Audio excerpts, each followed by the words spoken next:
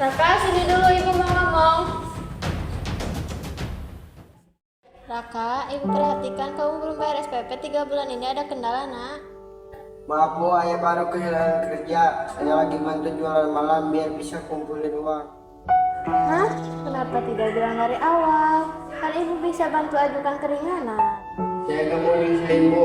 Saya cuma mau buktiin kalau saya bisa bertanggung jawab. Tanggung jawab itu penting Raka, tapi ingat kamu enggak sendirian, sekolah ini rumahmu juga. Iya Bu, mulai sekarang saya akan memberitahu Ibu. Terkadang kegagalan bukan akhir, tapi awal untuk belajar tentang arti perjuangan.